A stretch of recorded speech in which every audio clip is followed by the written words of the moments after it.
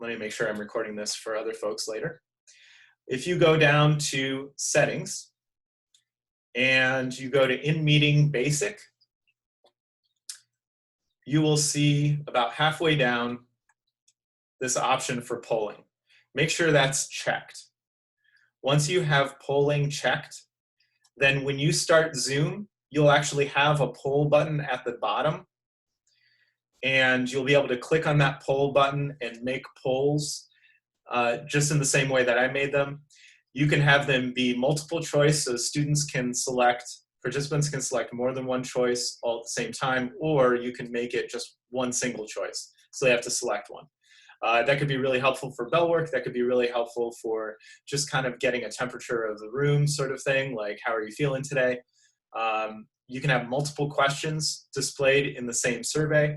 You can reuse polls so that you could reuse them across multiple classes so that you wouldn't have to necessarily recreate them each time. You could have a Monday poll and a Tuesday poll. They're really helpful for getting immediate feedback. The other thing I wanted to touch base on real quick was breakout rooms. And we're actually going to use breakout rooms today as part of this Parlay activity. So in order to enable breakout rooms, you need to go to In Meeting Advanced. And it'll be the second option down, or roughly somewhere around there, depends on what you have activated.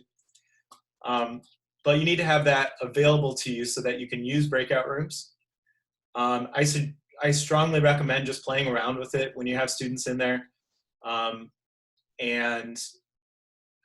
know, some students have used it before with teachers so that they have some familiarity.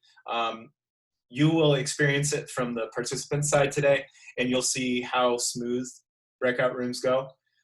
It can be a really powerful way to group students together and have them do group work virtually so that they're only talking to their small group.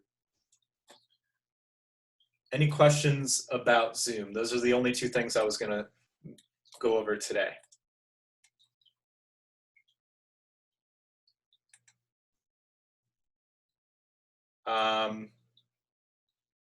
I can answer a couple of these. They're for Amir. I don't know if he answered them or not, but submitting summer assignments as a department, it will be as a department.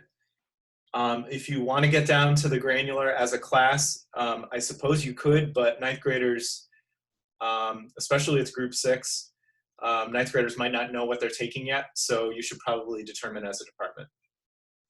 Does that make sense? Oh,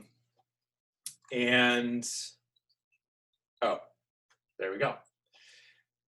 And the other question about getting the weekly enrichment activities by mail, I don't know. Sarah, do you know the answer to that? If students are getting the weekly enrichment activities from CMSD by mail?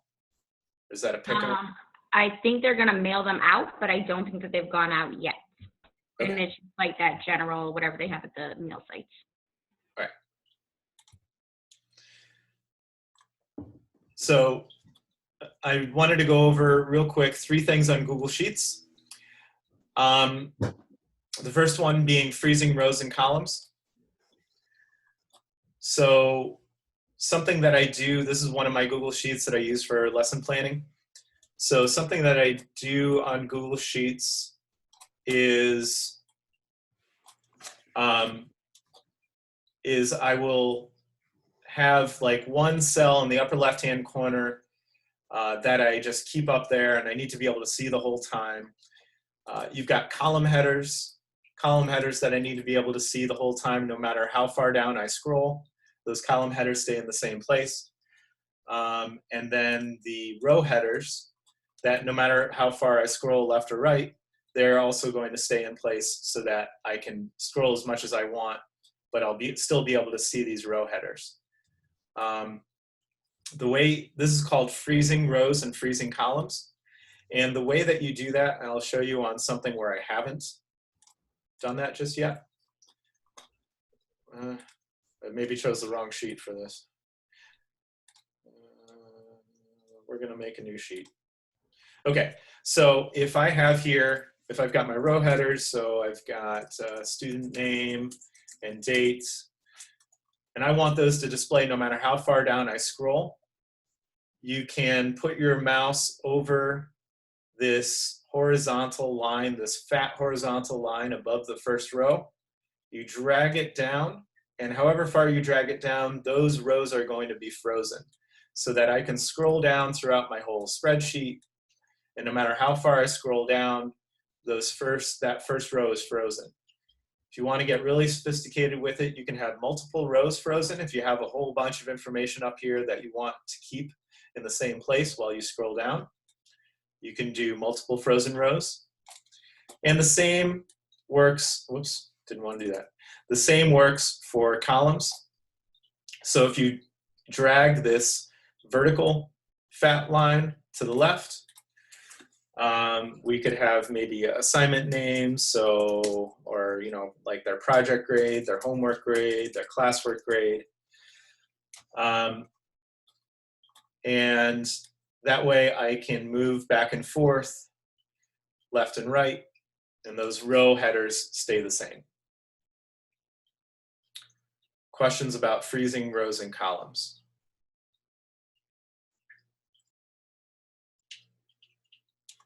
All right.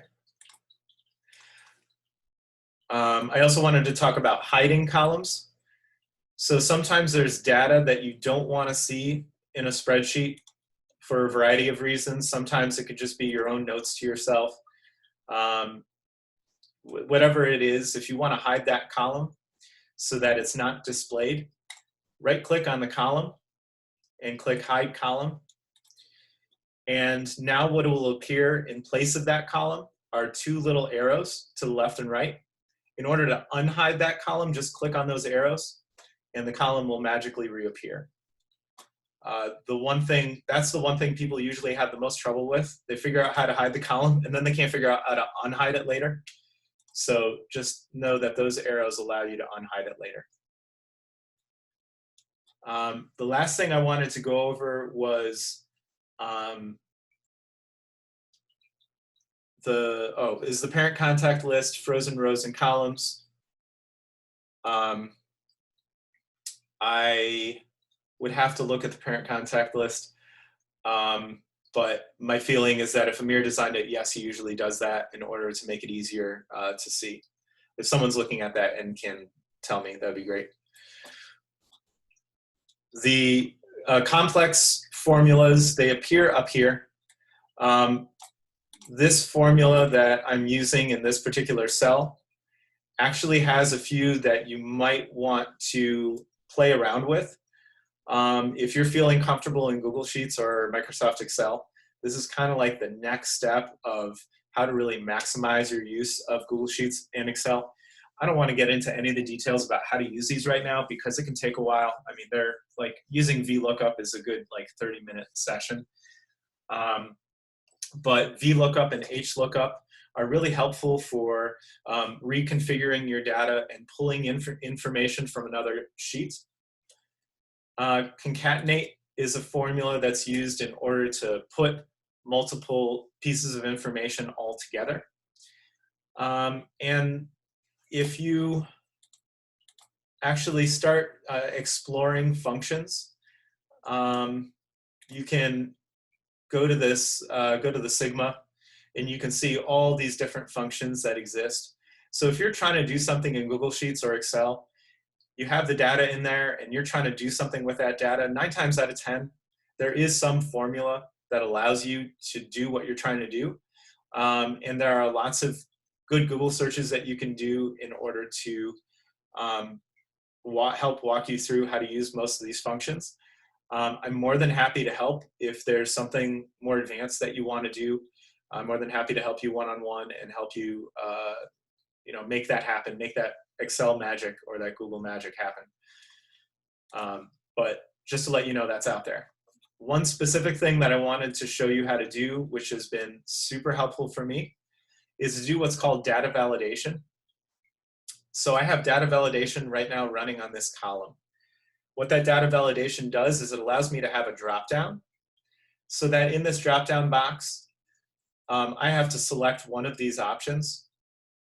And if I type anything else, it'll give me a warning, or it would potentially not let me type anything at all.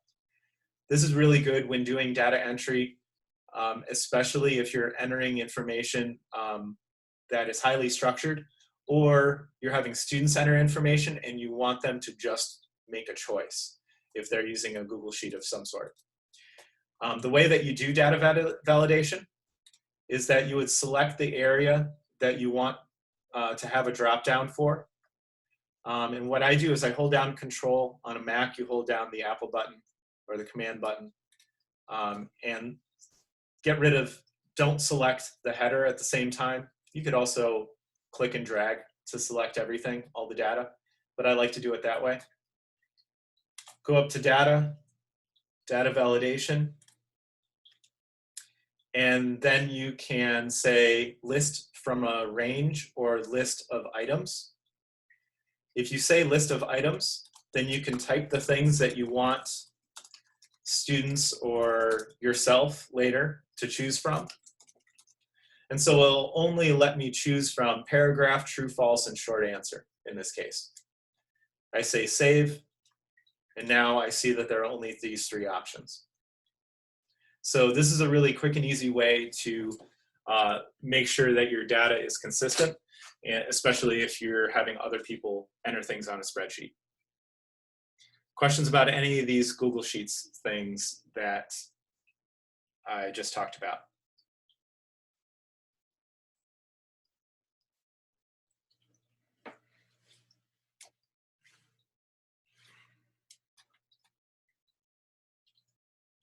All right. So this is where I really wanted to spend the time today, because I think this will be fun and interesting for us. So I'm going to send you a link. I'm going to put it in the chat.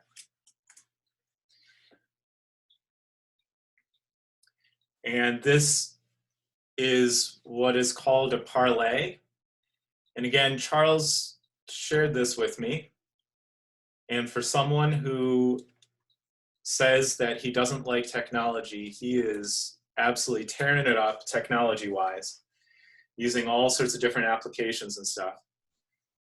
And so I haven't used it before. This is as much of an experiment in the technology as it is in the content of what I want us to do.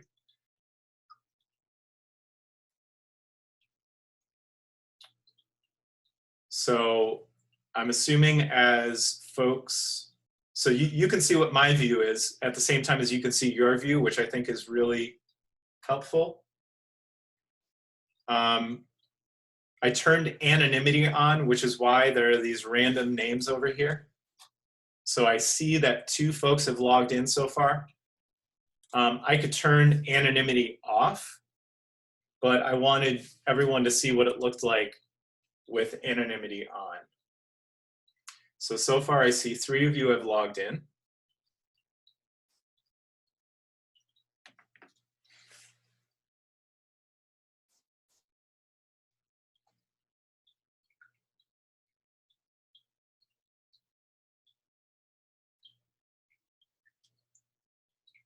And I'll wait a couple more minutes to give everyone a chance to get on Parlay.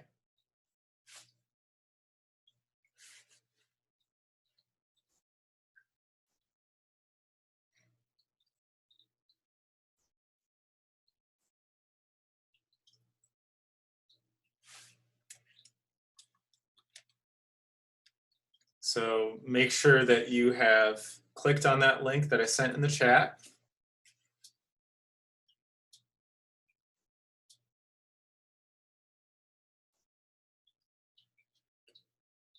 All right. So I imagine a couple more people will join us as we get started. So if I were running this parlay, ooh, Plato just arrived, and Chris Hadfield. If you're running this parlay, then what I did beforehand was I put this part together, this discussion prompt. They have several templates that you can use. So I think pair share was one of the templates. There are all sorts of other templates that you can use for fostering group discussion. And that's the idea behind this, is that you're fostering group discussion. And it's not just as a big group.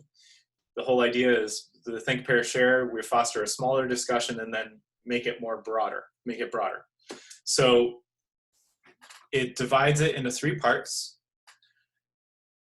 So part 1, I'm asking you to review this article that's linked, specifically scrolling down to the part that starts with 6 example strategies for online teaching aligned with UDL. Hey, Mr. Dutton. Yeah. I'm sorry to interrupt, but so I'm on Parlay, but I can't figure out where to enter the invite you put in. It's telling me I have to create a Parlay. Oh, the invite code. Yeah, where do I enter that though? Oh, that's a good question. The link itself didn't work when you clicked on the link? No, I From the chat? in. Is it all one link? I guess I only copied the first half and then I. Yeah, the whole thing, because that includes the invite code. Never mind. Thank you. Yep, I'm good. Thank you. Sorry, guys.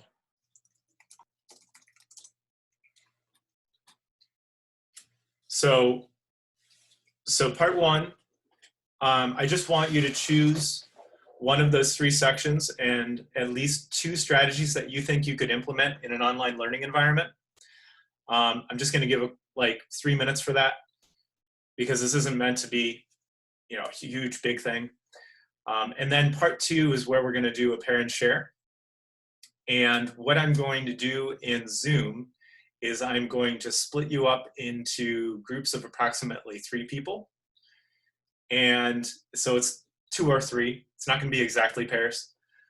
But you'll select at least one of the strategies that you identified in your breakout room and discuss in your breakout room a specific way that you could implement it in each of your classrooms. So try to figure out one strategy, but what that would look like.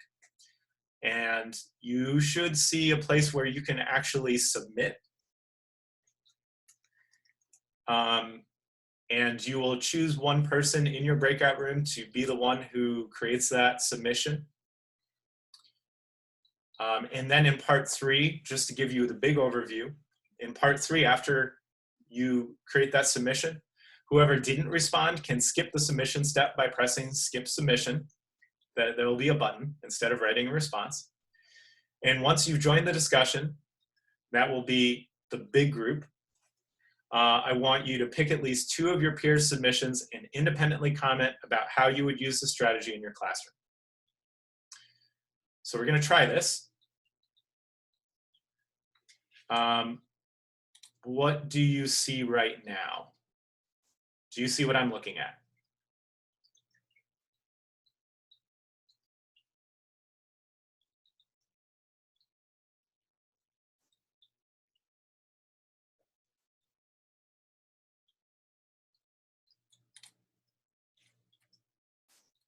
All right, I think I'm already live.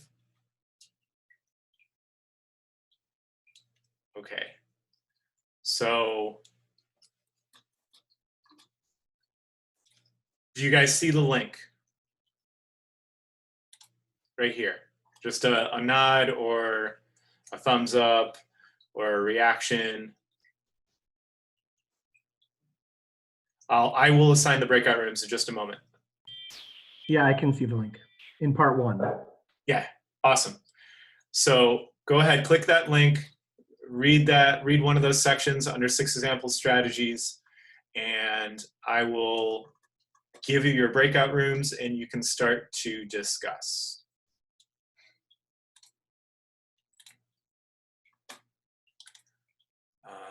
One, 2, 3, 4, 5, 6, 7, 8, 9, 10. Let's do 3, 4. Okay.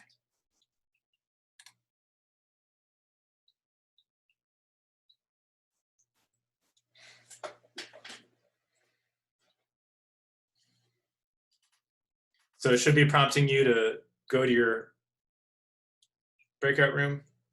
Sarah, do you see that?